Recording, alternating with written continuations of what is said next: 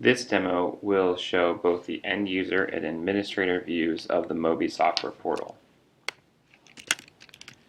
As I get logged in here, the first thing to note is that the screen that you're seeing, the login screen, doesn't necessarily have to be shown for Moby clients.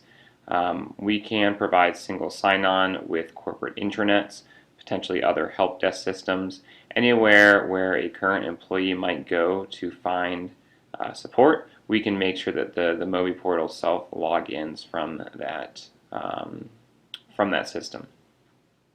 Now you're looking at the end user interface. So this is going to be where an end user, an employee, is going to be able to come and get any information they have or they need about all of their devices. You can see over here on the left side that Tobin, who I will be today, has 2 devices showing and another 5 that he also has. So if Tobin has multiple devices with the company, perhaps they're all corporate liable, perhaps some of them are corporate liable, and some of them are BYOD. All of them are going to show up here on the left side. In the middle of the screen, he's going to have a lot of information about the device itself and the plan that's on the device.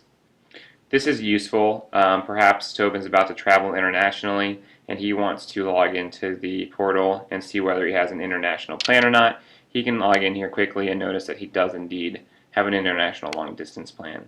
If he didn't have a long distance plan and you wanted to make sure that he added that prior to changing, he could click this change features logo here to the right and take that action directly within the portal. On the right side of the screen, you'll see the newsfeed. That's where any recent support activities that Tobin has either called in for or emailed for or taken through the portal are going to show up. He'll be able to see all of those tickets and the status of those requests. Underneath that, he's got a frequently asked questions section. This section has been customized for his company's mobility program. So these questions are not cookie cutter through all of our clients. They are specific to the client for whom this portal has been configured. The last thing on this page is going to be the wireless policy. Moby has the ability to push out this wireless policy and force acceptance by employees prior to registering with the portal. Additionally, any updates to that policy can be pushed out as well, and then Moby can track which employees have signed that wireless policy. The next thing I'm going to do here is go ahead and actually click on this line of service, and that's going to pull up a bunch of additional details. One of the things I want to initially point out is the contract ends date. Moby is keeping track of these dates. A lot of our clients have issues with knowing when devices are eligible for upgrade and communicating that to their employees. Moby is going to make sure that we provide that information directly to the employee through the portal. You see again the features that are on the device that's associated with this line. Down at the bottom here, again, you see all of the support activities specifically associated with this line. Let's say Tobin also wanted to see his billing history. All of this information is going to be available to him in the portal. We've got billing history for the last 6 billing periods, overage charges. Down here at the bottom, we've got the long form of the bill. All of that data that comes through from the carrier, we're going to make sure that that's available to Tobin in the portal. And then additional breakdowns here at the bottom. If Tobin wants to go ahead and export this report as a CSV file in Excel, he certainly can. He can even set it and forget it. So he could choose to schedule that report, every Monday, so maybe it's the second Monday of every month, and send that directly to his inbox.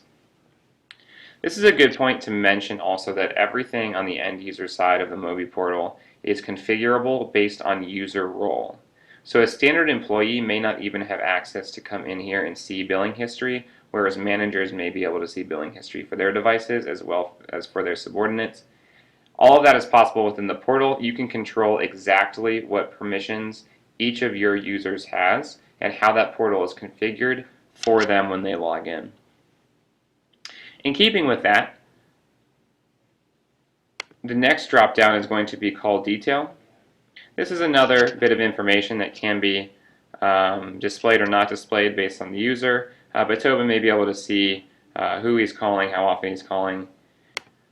And then finally, call analysis. He can see exactly the breakdown of his calls by day of the week and times, calls by call number, and then even a map of the area code to which he is calling, as well as from which he's receiving calls. The next part of the demonstration on the end user side is going to be actually submitting an activity through the portal. So for demonstration purposes, I am going to go ahead and order a new device. Once again, just a reminder that Tobin has the ability to request any activity that has been made available to him. So if I hover over that drop down again, you'll see a number of activities here. The demo account pretty much puts all the possible activities he has in it so that we can demo each of those for you.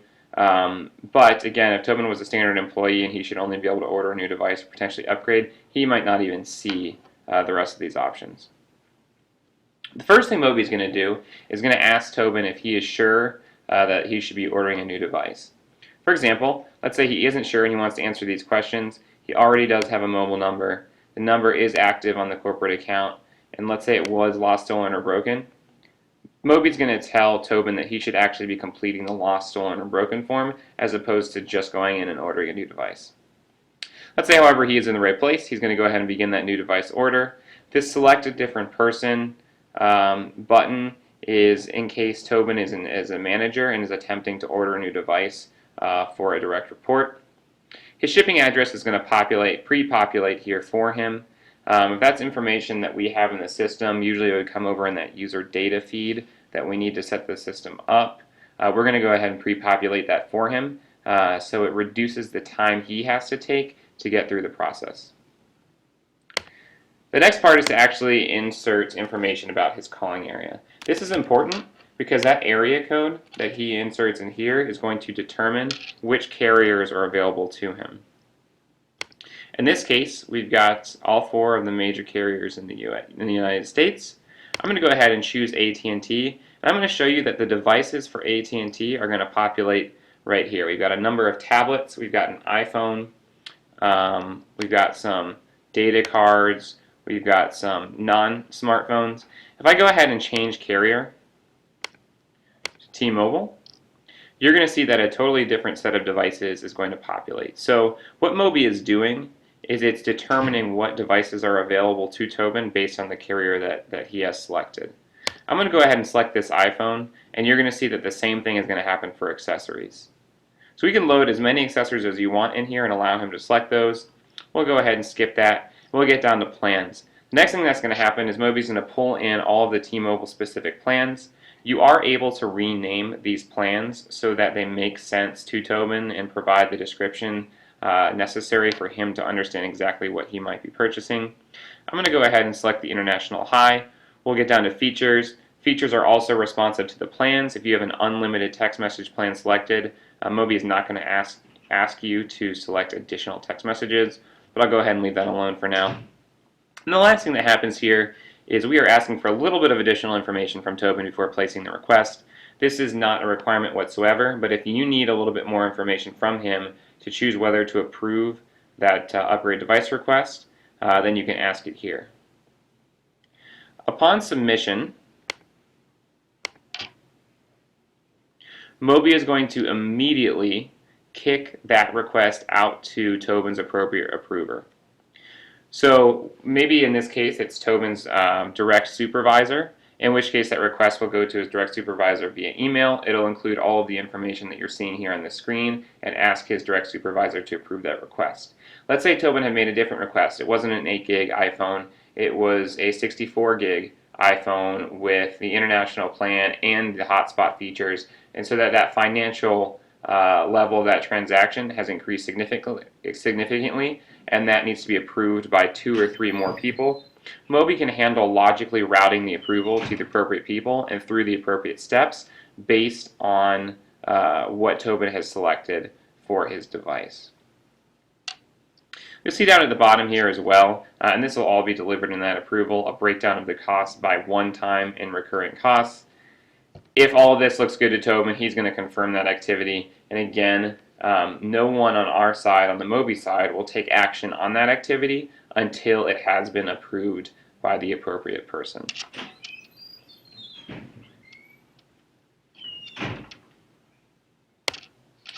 The next thing that I want to go ahead and show you is under program enrollment.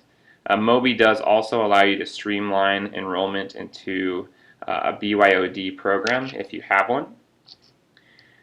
One of the value adds here is our ability to determine which stipend should be provided to your employees based on what they select. So I'll go ahead and show you that if I select the Apple iPod here, you can see down at the bottom there is no payroll stipend. If I were to change my device to an Apple iPhone, you're going to see down at the bottom that this is going to allow Tobin to receive a $40 per month stipend. What the BYOD enrollment is going to do is ask the user for some simple information. What device are they using, the serial number. If you want to ask for additional information here and then report against it, you certainly can, but that is not a requirement. Not a requirement of the BYOD enrollment. It can be as simple and easy as you want it to be, or it can be as complex as you want it to be if you want to report against multiple measures in the future. The last piece here from the end user perspective is the help section. I'll go ahead and click on help documents, and you'll see very quickly that Moby is providing as much information to that employee as possible to make sure that they are able to navigate the system. If I go ahead and click on upgrade your device, let's say Tobin logged in here and wasn't quite sure how to actually go through that process. This help page is going to allow him to read through. He's going to have some good callouts here, and it's going to step him through that entire process. Additionally, a number of these articles also have video tutorials attached to them. Those FAQs are over here on the left. And then just never forget about the live help that we have here. So the live help can be a chat window, it can be emailing, it can be calling directly in. All of those are possibilities through the Moby support desk. And that ends my demonstration of the end user side.